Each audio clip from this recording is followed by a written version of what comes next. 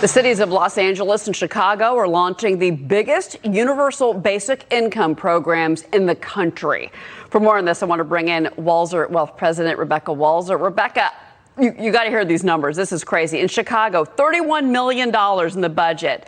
The people will get $500 a month out of that. LA, it's a $40 million program. Okay, 3,200 families will be a part of that. They'll get $1,000 a month.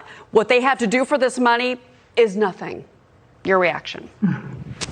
You know, Cheryl, universal basic income does not work. If these people were economists and understood how UBI works, it doesn't work. You know, if you take a poor person, a middle-class person, and a rich person, and you give them all a universal basic income, let's say you gave them all $500 a month, well, after it, they're all in the exact same position because they all grew by $500. So what happens is the cost of goods, the supply chain shifts because you have more demand, and so the prices go up, and your poor people are just as poor, your middle-class people are just as middle class.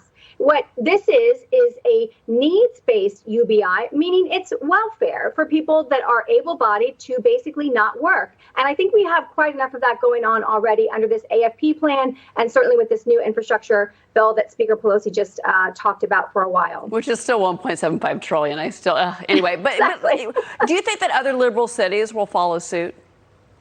They will, because this is what they're trying to push us to. They're trying to push UBI. They're trying to push us to socialism. They're trying to change the work ethic fundamentally at the fundamental level across America. They want us to have half or more of our country dependent on the government so that they can have jobs forever. And we won't be the America that we know anymore, where we believe in free and equal opportunity. But it's up to you to make your life what it will become. What I don't understand in all of this is we got this from the government, there's 10.4 million available jobs out there as of the end of August. That's the last time that we have that data, okay?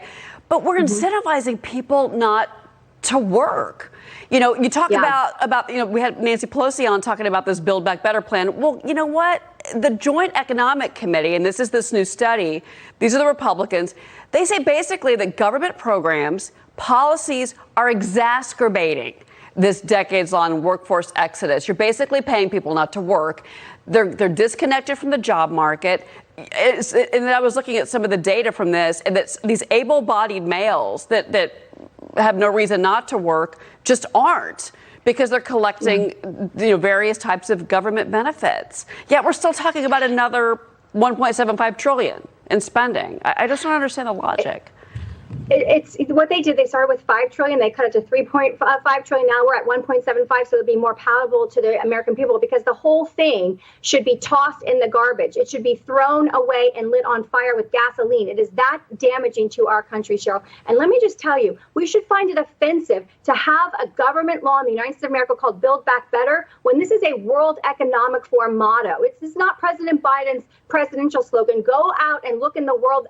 Italy's using it. The whole world is using it. It's the World Economic Forum, global reset phraseology that we're making a U.S. law. This is atrocious. It's got to be stopped. But you're 100% right, Cheryl. The AFP plan and the step up of the federal level of which just ran out in September, Labor Day, that we see that this is for as many job openings as we've had. I've had the most difficult time ever hiring people this year. People do not want to work. It turns out if you pay them to sit at home and watch Netflix and they can get by with their food and they will. They'll do it. Yep. They'll do it. So come on. And they are, Rebecca. And we're talking to actually a company that's gotten hit with this coming up next. Rebecca Walser, it's good to see you. Thank you. Thank you, Cheryl. All right. Well, and here's this.